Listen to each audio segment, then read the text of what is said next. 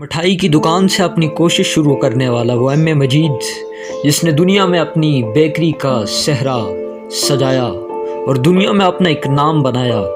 मजीद भाई तफसील से बताते हैं कि 1990 की बात है। मैंने ठान लिया था कि मैं मिठाई और बेकरी के कारोबार में कदम रखूंगा। इस साल जुलाई के महीने में 35 लाख रुपए मैंने कारोबार में लगाए। ऑटोमेटिक मशीनें मंगवाई। हैदराबाद में धूम थी कि एक नई बेकरी और मिठाई का नया ब्रांड आ गया है। 100 लोग काम कर रहे थे। कपड़े की दुकान में मेरा जो भी हिस्सा था लेकर हट गया था। बड़ा चैलेंजिंग काम था, इसलिए मैंने खुद भी बेकरी का मुकम्मल काम सीखा। मिठाई बनाना सीखा, आइसक्रीम और नाश्ते बनाना सीखे। 1 साल तक ये सिलसिला सारी था। मुकम्मल खानदान नाराज था। मैंने एक अनजान कारोबार में कदम रखा था। इसी दरमियान एक हादसा हुआ। कुछ लोगों की साजिश से फूड पॉइजनिंग का वाकया हुआ। हालांकि ये वाकया इतना बड़ा नहीं था, लेकिन एक अखबार की गलत रिपोर्टिंग की वजह से सारा कारोबार चौपट हो गया। इसी अखबार ने रिपोर्ट कर दी थी कि 11 लोग मर गए हैं, लेकिन ऐसा कुछ भी नहीं हुआ था।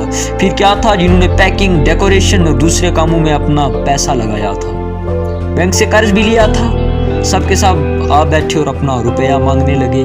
मेरे हिस्से में खानदानी 7 मकान आए थे। बैंक का कर्ज बढ़ रहा था, देनदारों की मांग भी बढ़ रही थी। मैंने सारे मकान फरोख्त कर दिए। हालात बहुत ख़राब होते गए। जहां 1 लाख का रोज़ाना बिजनेस था, वो 4-5 हज़ार पर आ गया था। इन दिनों को याद ताज़ा करते हुए मजीद भाई का गला रौंद जाता है। इनकी हिम्मत की दाद देनी पड़ती है कि वो बताते हैं 2 रास्ते थे मेरे पास, या तो सुसाइड करूं या फिर शहर छोड़कर भाग जाऊं। मैं खुदकुशी कर नहीं सकता था और शहर छोड़कर जाना मुझे मंजूर नहीं था। तो मुकम्मल डर से जमे रहना एक मुतबादिल था। मैंने सबसे पहले जिनका कर्ज लिया था, इसे लौटाने की शुरुआत की। जितनी भी आमदनी होती, रोजाना कुछ ना कुछ लोगों को वापस करता रहता। घर में सबने एक दूसरे से वादा कर लिया था कि जब तक मुकम्मल कर्ज अदा नहीं होगा, हम नए कपड़े नहीं पहनेंगे। साथ ही एक और वादा अपने आप से किया था, जहां पैसे गिरे हैं मैं वहीं से पैसे उठाऊंगा, क्योंकि ना मैं कोई जुआ खेला और ना कोई गलत काम किया। 8 से 10 साल लगे इस सूरत हाल से उभर कर सामने आने के लिए। एम ए मजीद का स्ट्रगल 8 से 10 साल चला, लेकिन वो हारे नहीं। हालांकि इसी दौरान इन्हें काफ़ी कुछ परेशानियां झेलनी पड़ी। दोस्त अहबाब और अपने सब बेगाने बन गए थे। लोगों को क्या डर था कि कहीं वो मुसीबत में इन्हें पैसे मांगने न चले आए। साथ ही ये गुस्सा भी था कि हमारे मना करने के बावजूद भी इस कारोबार में चला गया है, लेकिन उन्होंने हार नहीं मानी। कुछ लम्हे तो ऐसे गुजरे कि इन्हें याद करते हुए आंख पर आती है। मजीद भाई बताते हैं कि दोस्तों ने साथ छोड़ दिया था। रिश्तेदार भी ताने मारते थे कि हमसे पूछे बगैर काम किया। एक दिन तो पहाड़ सा गुजरा। मैं पिस्ता हाउस बंद करके वापस कर गया। मेरी जेब में 10 रुपए थे। किराए के मकान में रह रहा था।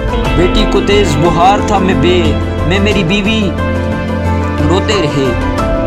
ऐसा वक्त भी हम पर आया। अस्पताल जाता तो कम अज कम 100 रुपये चाहिए थे, लेकिन क्रोसिन की गोली बेटी को खिलाकर ठंडे पानी की पट्टियां लगाते हुए हम शोहर बीवी ने रात गुजारी। पिस्ता हाउस ने जब 1997 में हलीम लॉन्च की तो फिर उन्होंने पीछे मुड़कर नहीं देखा।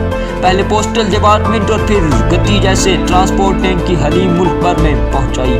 अपनी कामयाबी के क्रेडिट मायार और तहकीक को देते हुए मजीद भाई बताते हैं कि इनके कारोबार पर एक तालिब इल्म ने PhD डिग्री हासिल की है। इंडियन बिजनेस स्कूल और इसकी समेत कई बड़े इदारों ने इनके कारोबार पर मताला करवाया है। इनके बड़े फर्जंद MBA करके अमेरिका में कारोबार संभाल रहे हैं और छोटे फर्जंद हैदराबाद में कारोबार संभाल रहे हैं। वो फरमाते हैं कि ज़िंदगी में कभी भी हिम्मत नहीं हारनी चाहिए। दुनिया चाहे आपका रास्ता कितना ही मुश्किल कर दे, लेकिन पीछे मुड़ के फिर देखना नहीं। जब मंजिल की ठान ले रखी है तो अपनी मंजिल को अबूर करने का इरादा भी पक्का कर लो। एक दिन कामयाबी तुम्हारे कदम चूमेगी। वस्सलाम।